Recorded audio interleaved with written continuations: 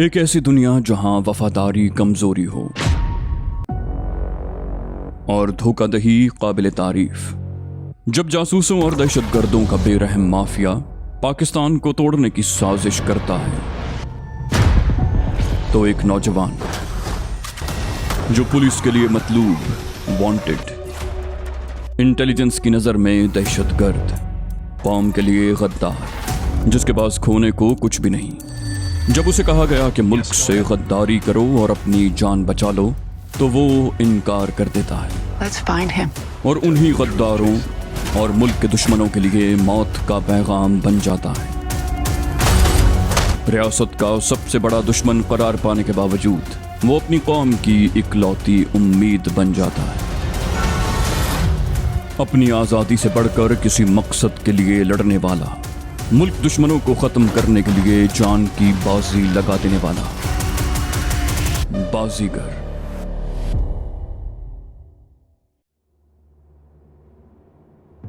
Jonathan ने glass में से पानी लेकर जोर से मेरे मुंह पर छींटे मारे तो मैं आहिस्ता आहिस्ता होश में आने की अदाकारी करने लगा।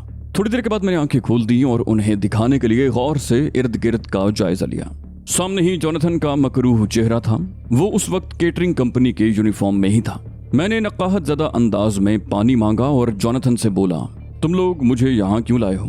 दाढ़ी वाले ने मेरा सर थोड़ा सा ऊपर उठाकर मुझे पानी पिलाया। मेरे हलक में वाकई कांटे पड़ रहे थे। पानी पीकर कुछ जान में जान आई। जोनाथन ने मुझसे पूछा, फर्डिनेंड कहाँ है? मैंने हैरत से कहा, फर्डिनेंड? कौन फर्डिनेंड? जोनाथन ने आगे बढ़कर मेरे मुंह पर इतना जोरदार थप्पड़ मारा कि मुझे एक मर्तबा फिर चक्कर आने लगे। यूं लगा जैसे मैं एक मर्तबा फिर बेहोश होने वाला हूँ। जोनाथन ने अपने साथ आने वाले को हुक्म दिया, ये यूं आसानी से कुछ नहीं बताएगा, इसे उल्टा लटका दो, इसकी ये रस्सी भी खोल दो, अब ये हमसे भागकर कहाँ जाएगा? दाढ़ी वाला जल्दी जल्दी मेरी रस्सी खोलने लगा।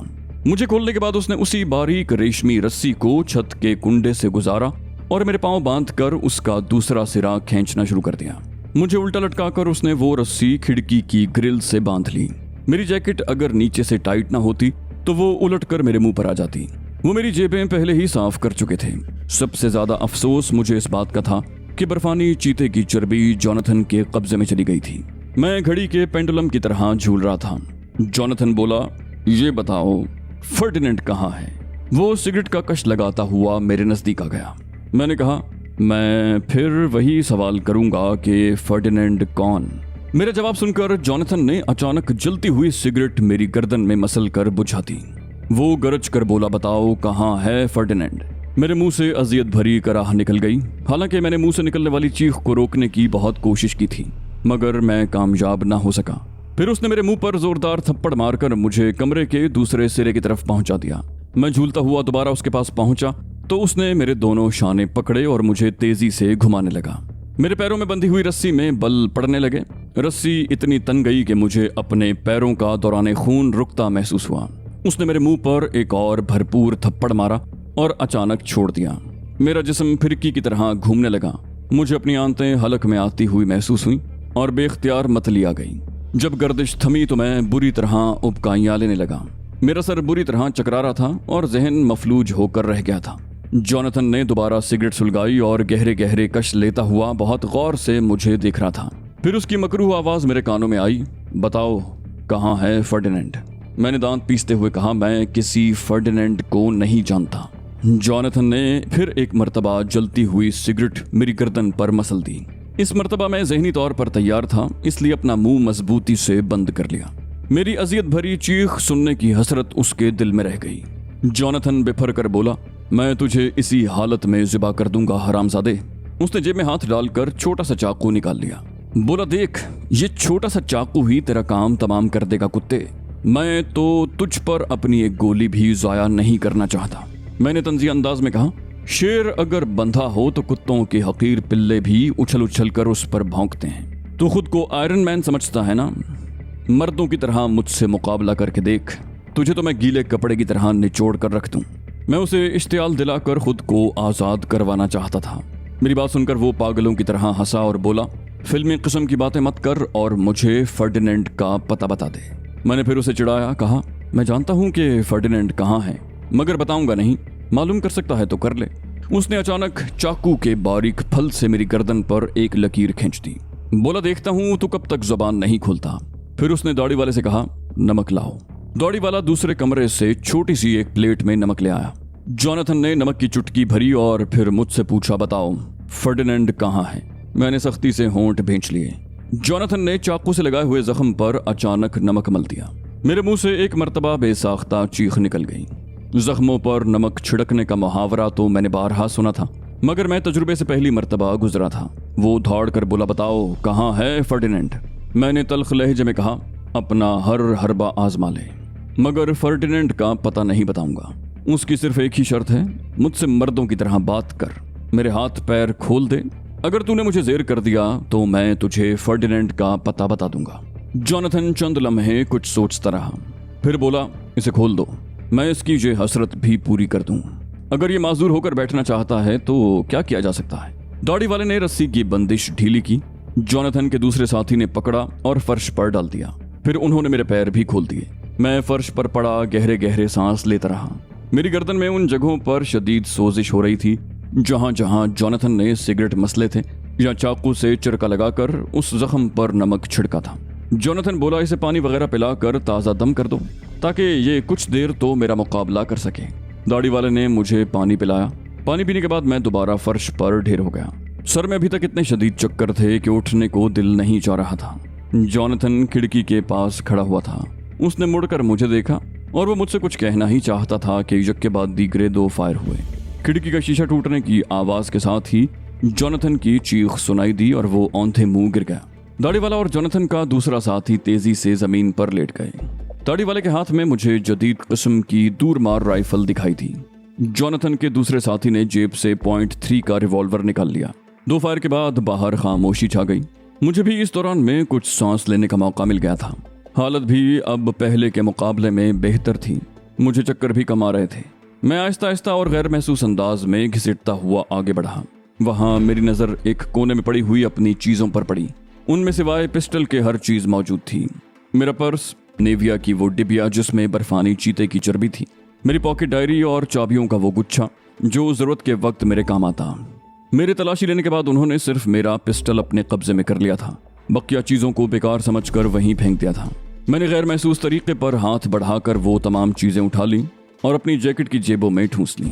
पर्स की जिसामत से मुझे अंदाजा हो गया कि वो लोग इसे भी खाली कर चुके हैं। केरोसिन लैंप की मध्यम रोशनी में जोनाथन के दोनों साथी भूतों की तरह नजर आ रहे थे।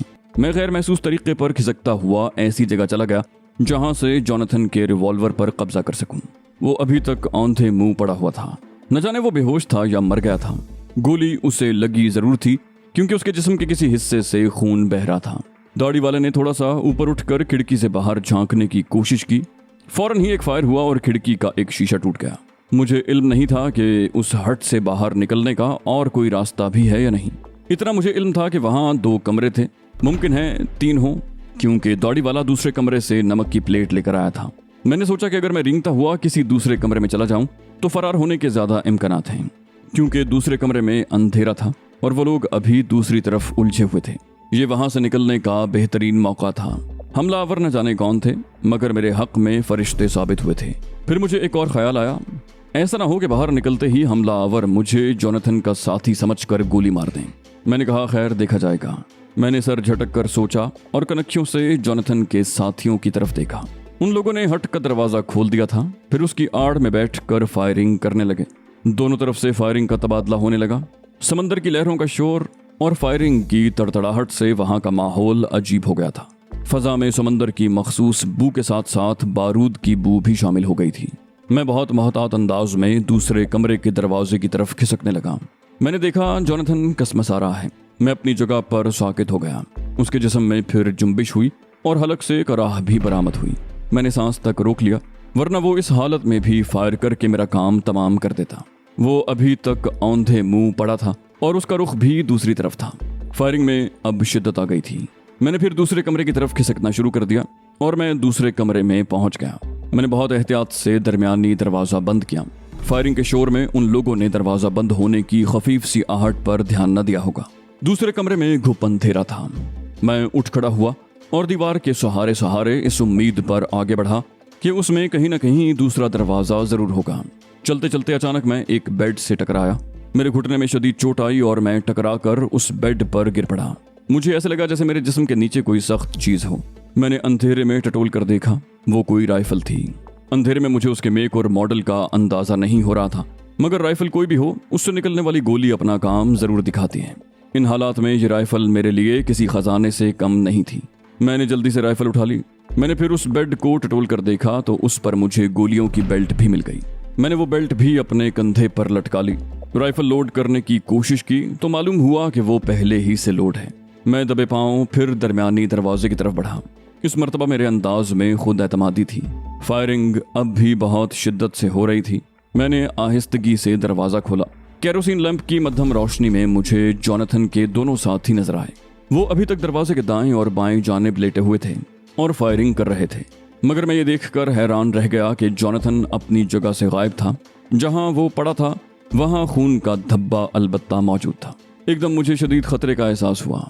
जॉनथन ने होश में आते ही मुझे तलाश किया होगा और समझ गया होगा कि मैं दूसरे कमरे में चला गया हूँ, क्योंकि बाहर निकलने का तो रास्ता ही नहीं था। मेरा ख्याल था कि अब वो मेरी घात में बैठा होगा कि जैसे ही मैं कमरे से बाहर कदम निकालूं वो मुझे ढेर कर दे। मैंने कमरे से बाहर निकलने का इरादा मुलतवी कर दिया। वो दोनों वहां से भी मेरी रेंज में थे। मैंने सोचा पहले इन दोनों से निमट लूं, फिर जॉनथन से निमटना निस्बतन आसान होगा। मैंने कुछ पीछे हटकर राइफल सीधी की और दाढ़ी वाले की खोपड़ी का निशाना लेकर फायर कर दिया। उसे आवाज निकालने का मौका भी न मिला और उसकी खोपड़ी पाश पाश हो गई। जॉनथन के दूसरे साथी ने चौंक कर दाढ़ी वाले को देखा। फिर इससे पहले कि वो कुछ समझता, मैंने दूसरी गोली उसके सीने में उतार दी। उसकी आखिरी चीख बहुत भयानक थी। फिर वहां अचानक खामोशी छा गई। फायरिंग बाहर से भी बंद हो चुकी थी। अब वहां सिवाय समंदर की लहरों के शोर के और कोई आवाज नहीं थी। मैं अंधेरे में दम साधे बैठा हुआ था। जॉनथन अगर कमरे में आने की कोशिश करता तो मैं उसका किस्सा भी तमाम कर देता। वो फरार होने की भी कोशिश नहीं कर सकता था, क्योंकि बाहर जाने का रास्ता मेरी रेंज में था। वो उस कमरे के किसी कोने में रुका हुआ था। मैं भी इंतजार करता रहा। उसकी तरफ से भी खामोशी छाई रही, बाहर भी खामोशी थी। जब इंतजार करते करते तकरीबन 20 मिनट से भी ज्यादा गुजर गए तो मेरे सब्र का पैमाना लबरेज हो गया। मेरे आसाब कशीदा हो गए थे। मैं चाह रहा था कि जो कुछ भी होना है वो हो जाए, ताकि इस जानलेवा इंतजार से जान छूटे। वैसे मुझे जॉनथन की गुफ्तगू सुनकर खुशी हुई थी कि वो गाड़ी में जिस अंदाज से मेरा तस्करा कर रहा था, उससे महसूस होता था कि वो भी मुझसे खौफजदा है। उतना ही खौफजदा वो ग्लोरिया से भी था। जब मुझे बैठे बैठे काफी देर हो गई तो मैंने उस कमरे से बाहर निकलने का फैसला कर लिया। पहले तो मैंने सोचा कि मुमकिन है उस कमरे में बाहर का कोई दरवाजा भी हो। मैं एक मर्तबा फिर अपनी जगह से उठा और बहुत एहतियात से कोई आहट पैदा किए बगैर दीवार के सहारे कमरे में आगे की तरफ बढ़ा। मुझे अंदाजा था कि कमरे में बेड किस तरफ है, इसलिए मैं उधर नहीं गया। यूं भी कमरे में इतना अंधेरा नहीं था। दरमियानी दरवाजे का एक पट खुला हुआ था और केरोसिन लैंप की बहुत मध्यम रोशनी उसके जरिए यहाँ भी पहुंच रही थी, मगर वो रोशनी इतनी नहीं थी कि मुझे दरवाजा नजर आ जाता। कमरे के अंदरूनी गोशे में तो अब भी घुप अंधेरा था। दीवार के सहारे चलते चलते मेरा हाथ अचानक एक दरवाजे से टकराया। वो दरवाजा उस हट की पुश्त पर था। मैंने हाथ बढ़ाकर बहुत एहतियात से उसकी चटखनी खोली तो बहुत खफीफ सी आवाज पैदा हुई। मैंने फिर दम साध लिया और अपनी राइफल का रुख दरमियानी दरवाजे की तरफ कर दिया कि अगर आवाज सुनकर जॉनथन कमरे में आने की कोशिश करे तो उसे ढेर कर दूं। मैंने कुछ देर इंतजार किया, मगर कुछ भी ना हुआ। फिर मैंने बहुत आहिस्तगी और एहतियात से वो दरवाजा खोला, मगर उसके जंगालूद कब्जे चरचराए तो मैं फिर भड़क कर पलटा। ऐसे मौके पर इंसान अपने साए से भी भड़कता है। वहां तो जिंदगी और मौत की जंग जारी थी। जिंदगी का इन्हिसार महज फुर्ती और जहानत पर था। दरवाजे के कब्जों से पैदा होने वाली मकरूह आवाज मुझे आसाब पर हथौड़े की तरह लगी। दरवाजा खुलने के बाद मुझे दो तरफ ध्यान देना था। अंदर से मुझे जॉनथन का खतरा था, बाहर उसके कुछ नादीदा दुश्मन मौजूद थे जो मुझे उसका साथी समझकर शूट कर सकते थे। मैं फुर्ती से जमीन पर लेट गया और कोहनियों के बल खिसकता हुआ दरवाजे से बाहर निकल आया। बाहर निकलते ही समंदर के शोर और नम हवा ने मेरा इस्तकबाल किया। खुली हवा में निकलने के बाद मुझे अपनी तवानाई बहाल होती महसूस हुई। सर के चक्कर तो कम हो गए, मगर गर्दन में अब भी शदीद सोजिश हो रही थी। वो मरदूद जॉनथन मेरे हत्थे चढ़ जाता तो मैं उस पर इससे ज्यादा तशद्दुद करके उसे हलाक कर देता। हट से बाहर जमीन पथरीली और नाहमवार थी। मुझे कोहनियों के बल खिसकने में शदीद तकलीफ हो रही थी। मैं उन पत्थरों पर कोहनियों के बल खिसकने में लहू लहू हो गया। मेरे घुटने और कोहनियां बुरी तरह छिल गईं। हाथों की उंगलियों की जिल्द भी जगह जगह से उधड़ गई, मगर जिंदगी के मुकाबले में ये सब तकलीफ बेमानी थी। कुछ दूर खिसकने के बाद पथरीला इलाका खत्म हो गया। आगे रेत ही रेत थी। ठंडी और नर्म रेत मुझे उस वक्त किसी नर्मोगुदाज बिस्तर की तरह महसूस हुई। मैं कुछ देर वहीं लेटा गहरे गहरे सांस लेता रहा और कुदरत के निजाम पर गौर करता रहा। दिन में यही रेत कहर साबित होती है। इस पर नंगे पांव चलना भी मुश्किल होता है, मगर उस वक्त वही रेत इतनी ठंडी और आरामदेह थी कि मेरा उठने को जी नहीं जा रहा था। मगर जोनाथन का खतरा न होता तो मैं मजीद कुछ देर वहां लेटा रहता। मुझसे कुछ फासले पर खुदरौ झाड़ियां थीं। मैं खिसकता हुआ उन्हीं की जाने बढ़ा। मैं जो ही झाड़ियों के नजदीक पहुंचा, किसी ने ललकार कर कहा, खबरदार। दूसरे ही लम्हे राइफल की नाल मेरी गर्दन से आ लगी। मैं मारे खुशी के उछल पड़ा। वो आवाज तैमूर की थी। मैंने कहा, मैं तो न जाने कब से खबरदार भी हूं और होशियार भी। तुम शायद अभी तक सो रहे थे जो मुझे पहचानने से कासिर हो। तैमूर ने खुशी से लरजती हुई आवाज में कहा, कामरान। फिर वो मुझसे बेख्तियार लिपट गया। बोला, खुदा का शुक्र है तुम महफूज हो। मैं तो तुम्हारी तरफ से मायूस हो गया था। अभी हम ये बातें कर ही रहे थे कि अचानक एक फायर हुआ और गोली हमसे कुछ फासले पर रेत में पैवस्त हो गई। मैं और तैमूर तेजी से अलहदा हुए और झाड़ियों में घुस गए। मैं और तैमूर उन घनी झाड़ियों में बेसुध पड़े थे। हमारी कोशिश थी कि झाड़ियों में जर्रा बराबर हरकत ना हो, वरना हमलावर उन झाड़ियों पर गोलियों की बौछार कर देते। मैंने सरगोशी में तैमूर से पूछा, तुम्हारे पास राइफल कौन सी है? मेरी राइफल का मैगजीन ज्यादा देर साथ नहीं दे सकता था। तैमूर ने सरगोशी की। बोला, तुम तो जानते ही हो मैं सिग की ऑटोमेटिक राइफल इस्तेमाल करता हूँ। फिर वो चौंक कर बोला, मगर तुम क्यों पूछ रहे हो? मैंने कहा, इसलिए कि मेरे पास दुश्मन से छीनी हुई राइफल है। चलने में तो बेहतरीन है, मगर इसका मैगजीन बहुत कम है। तैमूर ने कहा, फिक्र मत करो, मेरे पास .38 का रिवॉल्वर भी है और वाफिर मिकदार में फाजिल राउंड्स भी। अव्वल तो कम से कम 1 घंटे तक मैं अपनी राइफल से ही इनका मुकाबला कर सकता हूँ। मैं मुतमईन हो गया। कहा, ओके। उसी वक्त एक और फायर हुआ। गोली सामने वाली ऊंची नीची चट्टानों के पीछे से आई थी, क्योंकि वहां शोला सा चमक कर रह गया था। फायर करने वाले को जर्रा भी अंदाजा नहीं था कि हम कहां मौजूद हैं, क्योंकि गोली बिल्कुल मुखालिफ समत में गई थी। तैमूर ने राइफल सीधी करके फायर करना चाहा, मगर मैंने उसे रोक दिया। मैंने सामने देखते हुए कहा, जरा इंतजार करो, लगता है फायरिंग करने वाला तन्हा है, वरना अब तक कई तरफ से फायरिंग हुई होती। तैमूर बोला, वो शायद जख्मी भी है, वरना वो जगह बदल बदल कर फायर करता और ये तासुर देता कि फायरिंग करने वाले कई हैं। एक फायर फिर हुआ और फायर करने वाला अचानक चट्टानों के पीछे से निकल आया। वो शायद ये समझ रहा था कि हम लोग वहां से निकल चुके हैं। तैमूर ने एक मर्तबा फिर उसका निशाना लिया और इससे पहले कि वो फायर करता, हमला आवर औंधे मुंह गिर पड़ा। उसके गिरने में इरादे को कतई दखल नहीं था, क्योंकि उसकी राइफल छूट कर दूर जा गिरी। उसने राइफल उठाने की कोशिश भी नहीं की। तैमूर ने उसकी तरफ बढ़ना चाहा, मगर मैंने उसे रोक दिया और सरगोशी में कहा, वो कोई मामूली आदमी नहीं है, बल्कि जोनाथन है। मुमकिन है इस तरह वो हमें ट्रैप करना चाहता हो। फिर मैंने कुछ सोचकर कहा, तुम इसी तरह सीने के बल खिसकते हुए उस तक पहुंचने की कोशिश करो। मैं घूमकर उन चट्टानों की तरफ जाता हूं। जब तक मैं वहां पहुंच न जाऊं, तुम जोनाथन के नजदीक मत जाना। मैं झुके झुके एक लंबा चक्कर काट कर उन छोटी छोटी चट्टानों तक पहुंच गया जिनके पीछे से जोनाथन निकला था। तैमूर बहुत आहिस्तगी से जोनाथन की तरफ बढ़ रहा था। फिर वो राइफल ताने हुए जोनाथन की तरफ बढ़ा, मगर उसके जिस्म में कोई हरकत ना हुई। वो उसी तरह औंधे मुंह पड़ रहा। तैमूर ने राइफल दाएं हाथ में संभाली और बाएं हाथ से जोनाथन को सीधा करने की कोशिश की। वो लुढ़क कर सीधा हो गया। इसका मतलब यह था कि वो वाकई बेहोश था या फिर मर गया था। यही सोचकर मैंने उसकी तरफ बढ़ना चाहा, मगर ठिठक कर रुक गया। जोनाथन ने अचानक तैमूर की राइफल पर हाथ डाल दिया। उसने राइफल झटके से छीनी और गुर्राई हुई आवाज में तैमूर से बोला, अपनी जगह से हरकत मत करना, वरना खोपड़ी पाश पाश कर दूंगा। ये कहते हुए वो उठ बैठा। चांद की मलगजी रोशनी में वो अजीब सा लग रहा था। उसके हाथ में मुझे रिवॉल्वर भी दिखाई दे रहा था। उसने भर्राई हुई आवाज में तैमूर से कहा, मुझे सहारा देकर गाड़ी तक ले चलो। तैमूर ने पूछा, किस गाड़ी तक? यहाँ आने से पहले मैं तुम्हारी गाड़ी को नाकारा कराया था।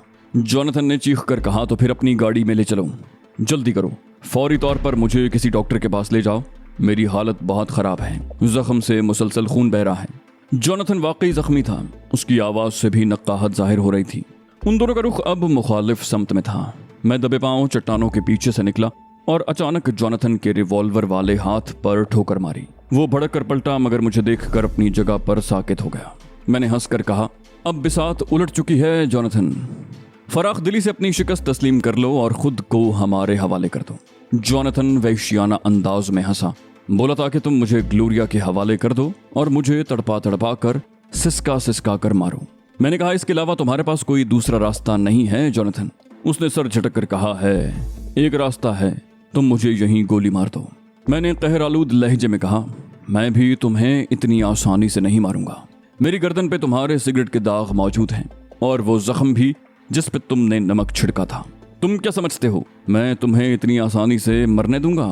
फिर मैंने तैमूर से कहा, इसके हाथ पुश्त पर बांध दो। तैमूर ने किसी ऐसी चीज की तलाश में आसपास देखा जिससे वो जोनाथन के हाथ बांध सके।